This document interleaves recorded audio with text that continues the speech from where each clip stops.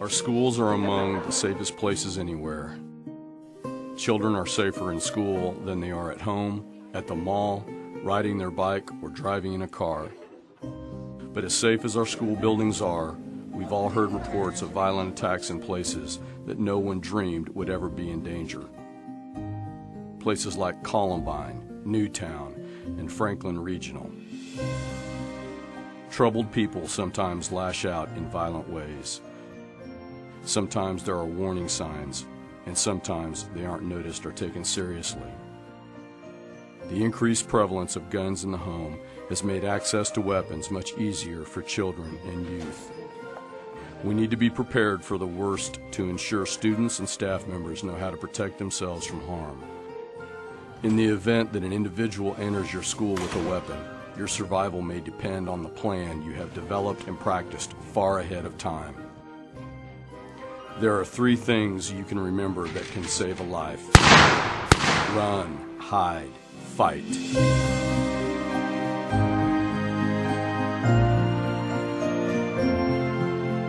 Always remember, if you see something, say something. If you hear another student talking about attacking a classmate or having a weapon at school, report it. At the first sign that there is an armed intruder in your building, your initial response should be to get to a safe place. Secondly, you should alert others and call 911. I think there's been a school shooting. To get out of harm's way needs to be your #1 priority. You then need to decide whether you will run, hide, or fight. If there is an escape path, you should attempt to evacuate.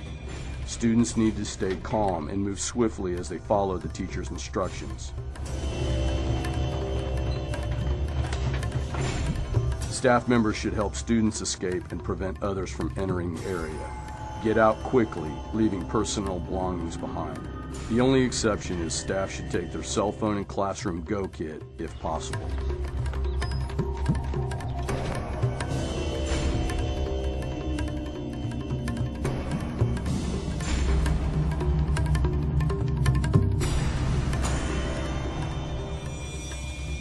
If evacuation is not possible, find a place to hide.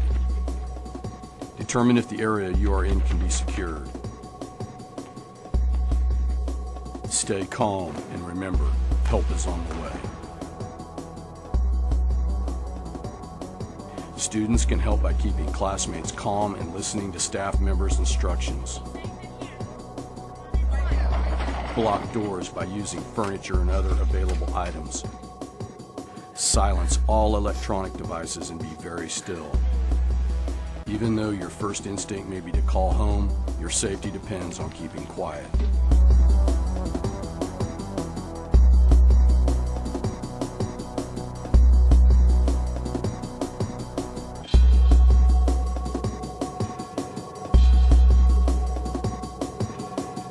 As a last resort, if your lives are at risk, fight. Adults should take the lead to protect students. Use anything that can be used as a weapon against your attacker. Chairs, hot coffee, fire extinguishers, books, and any other improvised weapon. Act aggressively and commit to your actions in order to disarm your attacker.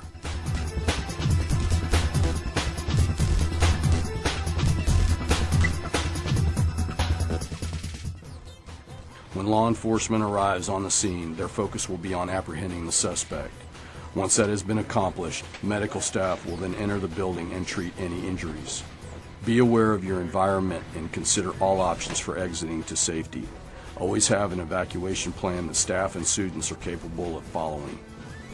In an incident like this, victims are generally chosen randomly. The event is unpredictable and may unfold quickly. The first law enforcement on the scene are not there to evacuate or help the injured. They are well trained and are there to stop the attacker.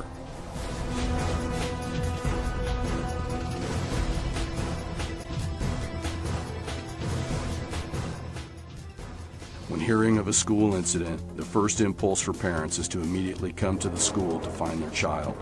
This can put the parent in harm's way and interfere with the emergency response team. Parents should not call their student during an intruder incident. If the assailant is still loose in the building, A ringing phone could lead the assailant to students. Information for parents about the incident will be conveyed through ParentLink, the news media, the district's cable TV channel, and on the district's website. Parents will be notified as quickly as possible of the reunification site for their school. To make sure our schools are as safe as they possibly can be, we should all be aware and be prepared. If you see something, say something. Your actions can make all the difference for your safety and your survival. When dealing with an armed intruder, either at school or out in the public, there are 3 key things you need to remember to survive: run, hide, fight.